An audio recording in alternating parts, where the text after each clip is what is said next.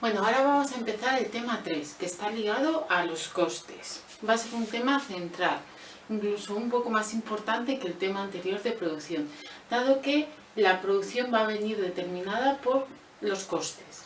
En concreto, ¿cuáles son las dos grandes preguntas a las que nos enfrentamos? Pues las empresas, cuando quieren evaluar los costes, es porque tienen en mente responder a estas preguntas, que sería, por un lado, qué cantidad producir.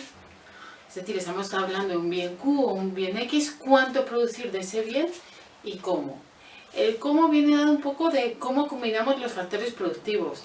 Recordar que tenemos dos, capital y trabajo, y que en el caso de corto plazo el capital iba a ser un factor productivo fijo, así que sería el trabajo la variable que en el corto plazo podría reajustarse para modificar así lo que es la producción.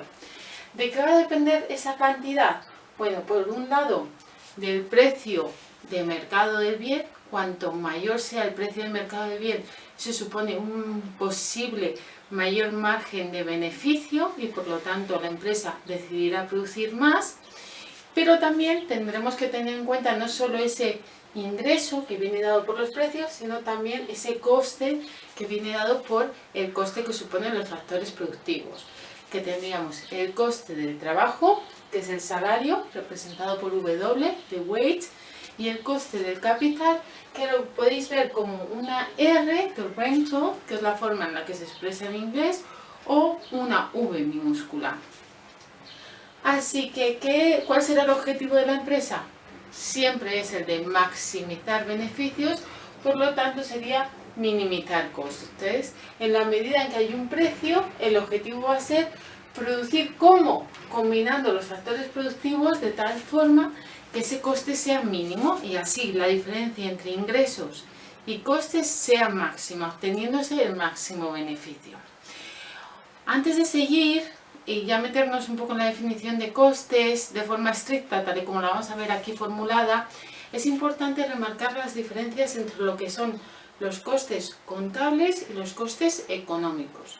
El coste contable es un poco el que llevaría el contable de una empresa, pues tiene en cuenta el valor del activo o recurso que se compra, ¿no? Ese coste histórico, pues cuánto costó una máquina.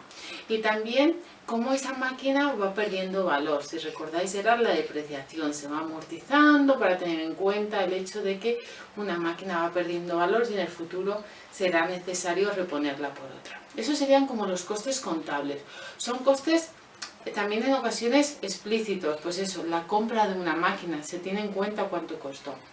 Por otro lado está lo que serían los costes desde una visión económica, no del contable, sino más la nuestra, no digo la nuestra porque mi información es de economista, la visión de un economista, que sería una contabilidad más en términos de coste de oportunidad, ¿no? El famoso concepto que siempre vemos.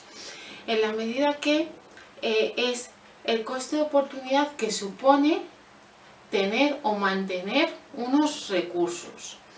En ocasiones los costes contables y los costes económicos coinciden, pero en otras ocasiones no. Un caso o un ejemplo en el que coinciden es cuando queremos hablar del coste laboral. Según términos contables, el coste laboral es el salario y en términos económicos el coste laboral también es el salario. ¿Por qué? Porque tener a un trabajador, tanto en términos contables como en términos económicos, supone un coste. Fijaros que en términos económicos sería el coste de oportunidad de mantener a ese trabajador.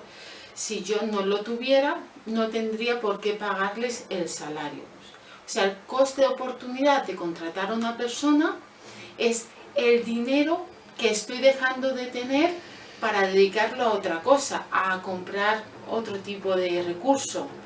Como lo estoy destinando a ese trabajador, pues ese es el coste de oportunidad.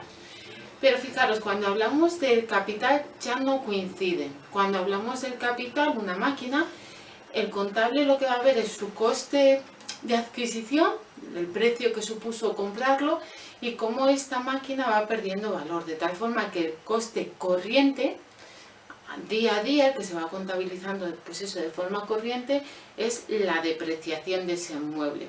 Mientras que en términos económicos, como decíamos, es coste de oportunidad.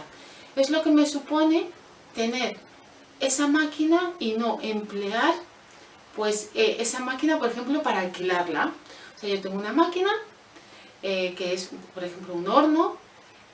Cada mes, aunque sea mi máquina y a pesar de tener otros costes de luz y tal, sin tener en cuenta eso, simplemente la máquina supone un coste económico en términos de que yo podría alquilar esa máquina y obtener pues esa rentabilidad que me da el alquiler. O el local. No podemos decir que una vez que tenemos el local ya no tiene ningún coste tenerlo. El mero hecho de tenerlo y no destinarlo a el alquiler, a darlo en alquiler, ya supone un coste. Pero es en términos económicos, en términos contables sería la depreciación del local por el paso del tiempo únicamente, pero en términos económicos es la renuncia que estoy haciendo a no obtener un alquiler si ese local, en lugar de tenerlo ocioso, lo estuviese usando. Para un economista, en términos económicos, el coste de adquisición del local no importa, el contable sí lo tiene en cuenta para ver cómo va perdiendo valor ese inmueble. Lo que le importa al economista sería en ese caso el coste que supone tenerlo no alquilado, o sea, ese alquiler al que estamos renunciando.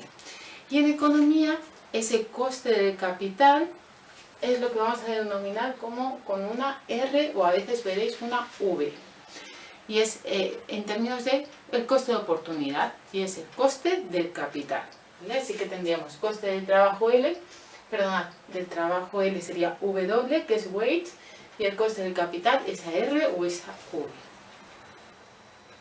A lo largo de este tema y de los siguientes nos van a acompañar dos supuestos que van a quedarse fijos. Por un lado, vamos a suponer, como decíamos, que solo hay dos factores productivos, capital y trabajo. Vamos a asumir que son homogéneos, es decir, el capital es igual entre todas las empresas. No es que haya una empresa que tenga un capital mejor que otra. El trabajo igual va a ser homogéneo a lo largo del espacio y del tiempo. Una cosa que a veces os inquieta, porque vamos a obtener beneficios iguales a cero, ¿no? En el caso de un mercado de bienes de competencia perfecta. Un beneficio cero no significa que el empresario no gane nada, ¿vale? El empresario se entiende como parte de lo que sería el capital. Es decir, beneficios, si recordáis, es cuando ingresos son iguales a costes. Todo lo que ingreso es igual a lo que me supone un coste. Dentro de ese coste estaría pues la remuneración del empresario, igual que está la remuneración pues, de las máquinas, se podría decir, y la de los trabajadores, es decir, una vez que hemos pagado todos los gastos que conlleva pues, la producción. ¿Vale? Así que dentro de este capital estaría el empresario, que es el que pone el capital, y siempre estará cubierta su remuneración mínima para que viva, aunque el beneficio sea cero. Otro supuesto que nos va a acompañar es que vamos a asumir siempre competencia perfecta en los mercados de los factores productivos. Factores productivos, capital y trabajo.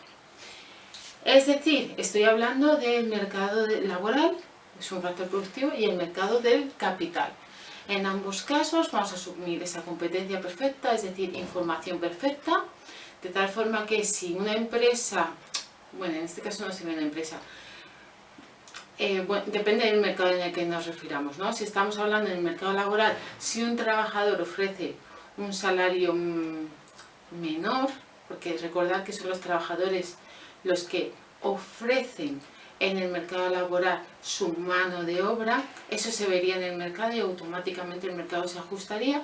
Y en el de capital son máquinas. Si una empresa ofrece una máquina a un precio por debajo, se vería y todo el mundo iría a comprar a esa empresa, bueno, y todo se ajustaría, de tal forma que el hecho de que haya competencia perfecta, de que los factores productivos sean homogéneos, lo que va a hacer es que en ese contexto los precios van a ser fijos, van a ser los mínimos, pero bueno, en eso no hace falta entrar ahora, que se van a igualar al coste marginal, pero es importante remarcar el hecho de que W y R, que son los costes de los factores productivos, van a ser constantes.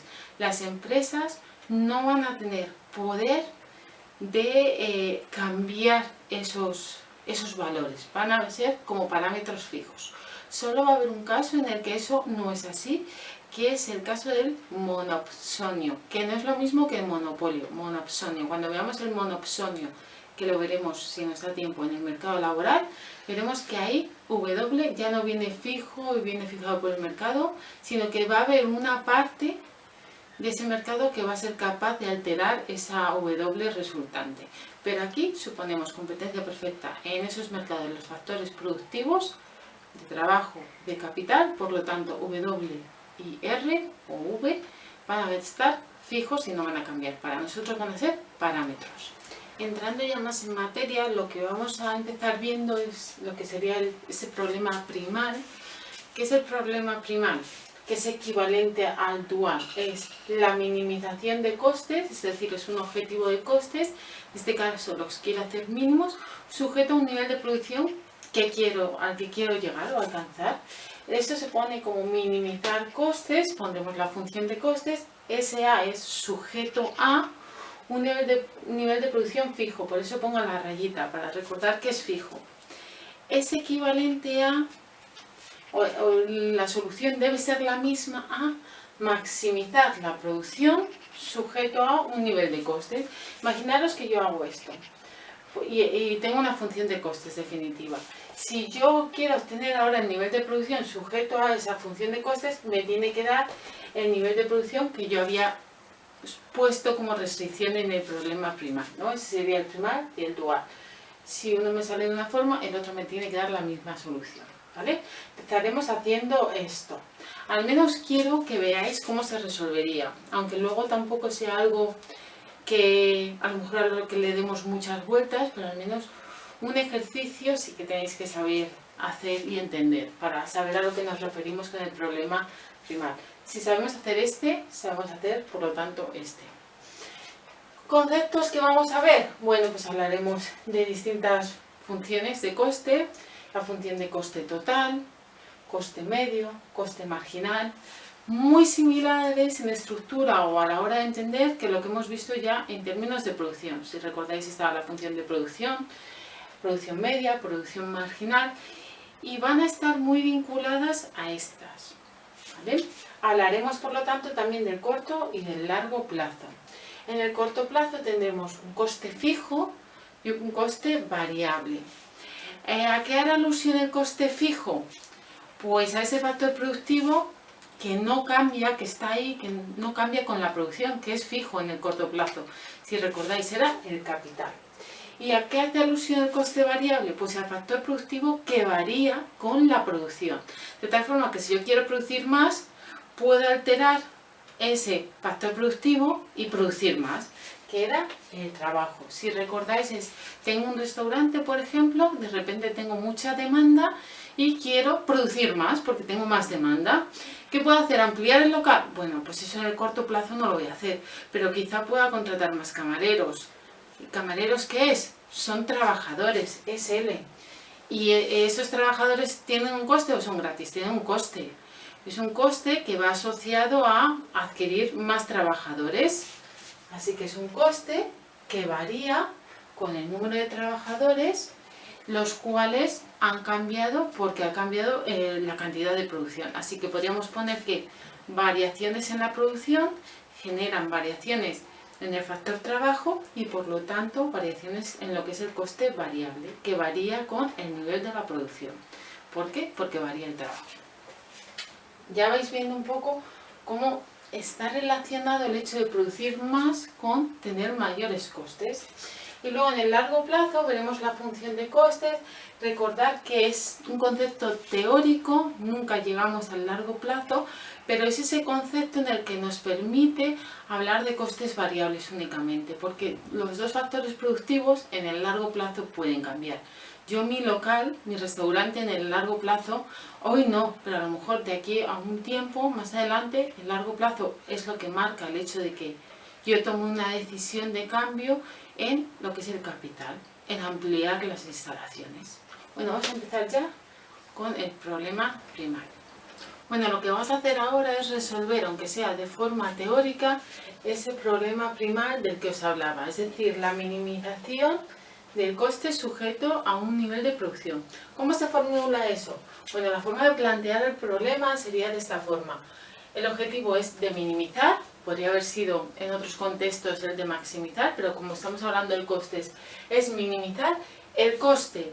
¿Cuál es el coste del empresario? Pues lo que le cuesta a cada trabajador, el salario de cada trabajador por el número de trabajadores, más lo que le cuesta cada máquina y el coste que tiene cada máquina. Bueno, hablamos de máquinas, puede ser locales, todo lo que es capital. Recordar que el propio empresario también formaría parte de ese capital, porque es el que pone el dinero. Así que la remuneración unitaria del capital por el número de unidades de capital, y eso sería como el coste total. Objetivo, minimizarlo, sujeto a un nivel de producción dado. Por lo tanto, la producción, podemos poner la barrita para decir que es fija, o el 0 también para decir que es la inicial. También tenemos que tener presente que la función de producción, la producción final, depende del capital y del trabajo que empleemos. Recordad, cuanto más capital o más trabajo, mayor será el volumen de producción. ¿Cuáles son las variables objetivos? El trabajo y el capital. Por eso debemos contemplar el hecho de que la producción depende de esos factores productivos. Aunque va a ser un valor dado, pero ese valor dado se podía dar dadas múltiples combinaciones de capital y trabajo. De hecho, si recordáis, esto es la isocuanta. Y la isocuanta es esa combinación, es una función en el fondo, esa combinación de capital y trabajo que nos da siempre el mismo nivel de producción. Como nosotros lo que queremos es conseguir el capital y el trabajo que minimicen costes dado la producción, sí que debemos incluir el hecho de que aquí hay una función que depende de ese capital y trabajo, de tal forma que elegiremos la combinación KL que nos va de todas las posibles, de todas las que nos plantea la isocuanta, que nos permite minimizar el coste. Por eso, como os digo, esto, aunque aquí está expresado de forma general que es una función, pues será realmente una expresión matemática, donde K y L serán las únicas variables del modelo, tanto aquí como aquí. Bueno, ¿cómo se hacía el lagrangiano? Porque esto lo que tenemos es un lagrangiano. Siempre que tenemos un objetivo de maximizar o minimizar una función sujeto a una restricción, ese A es de sujeto a, se tiene que hacer lagrangiano. Si no tuviéramos un sujeto a, simplemente sería hacer la primera derivada y la segunda derivada. Si recordáis, dependiendo de cómo es el signo de esa segunda derivada, pues ya sabríamos si ese punto que nos da en la primera derivada es un máximo o un mínimo. ¿Cómo se expresa el lagrangiano? Pues ponemos esta L, que nos indica que estamos en un problema de lagrangiano, es decir, de optimización sujeto a una restricción. Se pone, si os dais cuenta, la primera expresión a optimizar, en este caso minimizar coste, y luego vamos a tener este parámetro que es de Lagrange, un lagrangiano, y ahí otra vez lagrangiano, esta es la letra que lo define, también un lambda, y tendríamos esta expresión, pero esta expresión debe estar igualada a 0. Es decir, no podemos poner esto igual a la función, sino que uno de los dos términos tiene que pasar al otro lado. Dependiendo del término que elijáis, aquí habrá un menos o un más. Fijaros, yo aquí tengo el valor constante, lo que sería un número, que le he pasado al otro lado restando esta expresión. Como esta expresión pasa restando, aquí tendré un positivo. Pero sería al contrario si lo que pasáis a este lado es esto restando. Habría que poner en este caso aquí un menos. Pero siempre es igual, es lambda, bueno, de forma general diremos que es más lambda multiplicado por el valor que es una constante menos la función que lo define. Y luego lo que tendríamos que hacer es la derivada de este lagrangiano, es decir, de esta expresión respecto a las que son posibles variables, es decir, el trabajo, que es la variable que queremos definir, saber cuántos trabajadores necesitamos, el capital y luego adicionalmente se incluye también respecto de lambda. Se igualan a 0 y se obtiene el resultado. Nosotros ahora lo vamos a hacer de forma teórica, pero también lo podremos hacer de forma matemática, es decir, ya con números. Recordaros que W y R son valores que vienen dados porque estamos en un contexto en el que existe competencia perfecta en el mercado de bienes de los factores productivos, es decir, competencia perfecta es que esos valores que son los precios de esos factores productivos que se compran, venden, son constantes se dan en el mercado y ningún agente los puede alterar, es decir, son números y efectivamente nosotros lo que tenemos que determinar no es el W o el R, no podemos, sino que dado ese W y esa R, esa remuneración del trabajo y del capital, definir el número de trabajadores y el número de maquinaria o de capital que vamos a usar.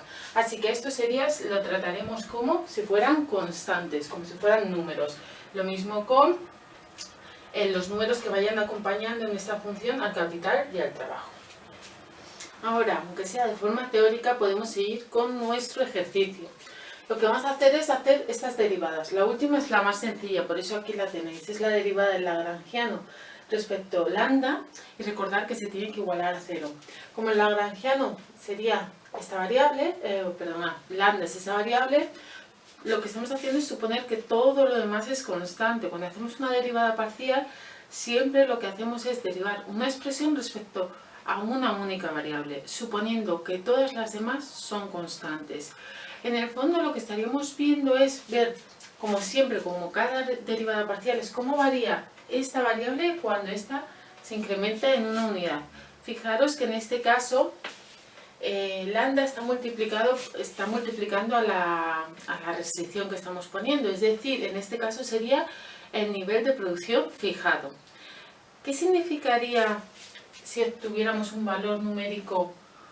Ese valor numérico que saldría de esa expresión es cómo quedaría modificado, o sea, todo esto tendría consecuencias en K y L, cómo quedaría modificada esa combinación de K y L si esa restricción se incrementara en 1, es decir, si la producción se incrementara en una unidad.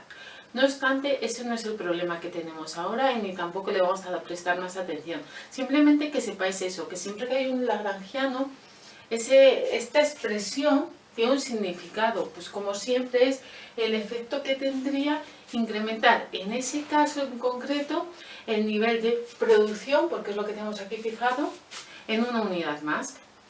Pero bueno, en este caso siempre se tiene que hacer, no vamos a buscar la interpretación y lo que nos va a hacer es garantizar que esa restricción que tenemos, ese sujeto A, se garantiza. Fijaros que para hacer esa derivada es como si todo lo demás fueran números, es decir, esto al fin y al cabo sería un número, un valor, y esto también, la derivada de un número es 0 y tendríamos lambda por un número. Siempre la derivada de un número multiplicado por nuestra variable es el número que la acompaña. Es decir, en este caso sería esta expresión, que es justo la que pondríamos aquí. ¿Veis? Esto no se ve muy bien, es un menos. Es justo esta expresión que acompaña a lambda. Es como la derivada de 3x respecto de x, sería el 3, ¿no? El número que la acompaña. O sea, aquí el número que sea. Lo igualamos a 0. Si os fijáis, podríamos esta parte que está restando pasarla sumando, ¿no? A este otro lado, que es lo que tenemos. De tal forma que la producción se iguala con esa función de producción. Lo único que estamos haciendo es imponer que se cumpla esa sujeción, esa expresión que habíamos dicho que se debía cumplir. Bueno, vamos a seguir con lo demás. Ahora hacemos la derivada del lagrangiano respecto del trabajo, la L de labor, ¿no? Es decir, todo lo demás son constantes. Pues WL, su derivada sería W, que es el número que la acompaña. Aquí no hay ninguna L, así que es una constante, la derivada de una constante es 0, así que más 0. Ni lo ponemos. Más, fijaros, de forma indirecta, aquí está la L.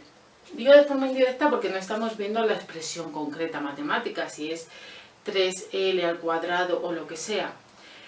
Pero sabemos que está ahí. Entonces sí que lo podemos dejar indicado. No obstante, también tenemos que tener en cuenta que está multiplicando por lambda. De hecho, podríais deshacer este paréntesis, es decir, introducir lambda dentro de la expresión. Nos quedaría lambda Q, como esa Q es un número constante, el nivel de producción que queremos fijar no varía, así que la derivada de lambda Q sería 0, y tendríamos menos, este lambda quedaría multiplicado, tendríamos ese menos, que no se nos olvide, menos lambda por la derivada de esta expresión, es decir, la derivada de esta función de producción de KL respecto de L, porque es lo que estamos haciendo. ¿Qué valor es? Pues ahora mismo no lo sabemos, porque ni siquiera tenemos esa función. Y lo igualamos a 0. Lo mismo haremos con capital. Fijaros, aquí está el capital, esto sería su derivada 0, por lo tanto nos quedaría esta R, voy a ver si puedo usar el rojo, R, otra vez este lambda multiplicado por un número, así que su derivada es 0, nos quedaría este menos lambda, la derivada de la función de producción de KL, en este caso respecto de K. Y lo igualamos a 0. A ver, algo importante que tenéis que notar aquí ya. Esa es la derivada de la función de producción respecto de el trabajo. ¿Y qué era la derivada de la función de producción respecto del trabajo? Lo que nos venía a decir esta derivada es cómo cambia la producción cuando el trabajo se incrementa en una unidad. ¿Cómo cambia el nivel de producción cuando el trabajo se incrementa en una unidad? Eso es la productividad marginal del trabajo. Porque la productividad marginal del trabajo es cómo cambia la producción cuando se incorpora un trabajador más. Es clave, fundamental en entender que es cómo cambia la producción. Es una variación. Es decir, cuánto se incrementa la producción por un trabajador más. Lo mismo tendríamos aquí, pero en el caso del capital. Por lo tanto, eso es la productividad marginal, lo que añade de forma marginal un trabajador más o una máquina más o una unidad de capital más. Así que donde tenéis esa expresión podéis sustituirla por productividad marginal, en este caso del trabajo y aquí del capital. Fijaros, podemos hacer también despejar de aquí el W y la R. Aquí no tengo mucho espacio, pero bueno, vosotros sí que lo podéis hacer. Voy a seguir con el rojo porque el azul no pinta mucho. W sería igual a, este tiene un menos, pasa por lo tanto con signo positivo. Le voy a poner ya productividad marginal del trabajo para que me ocupe menos. Y R es igual a lambda, productividad marginal del capital. Fijaros, lo que podéis hacer ahora, como esto en el fondo es un valor que es igual a este otro, es el mismo valor, ¿no? Tenemos esa igualdad, es como si fuera el mismo valor. Además estos sabemos que son parámetros, son números. Lo que podemos hacer es dividir una expresión respecto de la otra, porque cuando nosotros tenemos una expresión matemática, si la multiplicamos a ambos lados o la dividimos a ambos lados por el mismo valor, la naturaleza no cambia, es decir, la ecuación sigue siendo la misma. Por lo tanto, podemos hacerlo. Es como si fuera un cambio de escala. Imaginaros que tenemos una expresión y a ambos lados la multiplicamos por 3. Simplemente los valores quedan multiplicados por 3, pero la igualdad se mantiene. Pues en este caso sería igual, pero en lugar de multiplicar, dividir. Lo que os recomiendo, lo ideal es, al menos lo que vamos a hacer aquí, para dejarlo de forma teórica, luego matemáticamente con números da igual, porque lo que queréis obtener es un valor, un número. Pero para que veáis que existe una relación continuada, que perdura, lo vamos a hacer de la siguiente forma. Escoger esta y dividirla entre esa. Lo que tendríamos en este caso sería W dividido R es igual a este valor dividido este. Fijaros que lambda está tanto en el numerador como en el denominador, en ambos casos multiplicando. Numerador multiplica por la productividad marginal del trabajo y en el denominador por la del capital, por lo tanto se puede suprimir. Es un valor que está multiplicando y dividiendo a la vez. Así que ese lambda con ese lambda se iría y nos quedaría productividad marginal del trabajo dividido productividad marginal del capital. ¿Y por qué queremos formularlo aunque sea de forma teórica?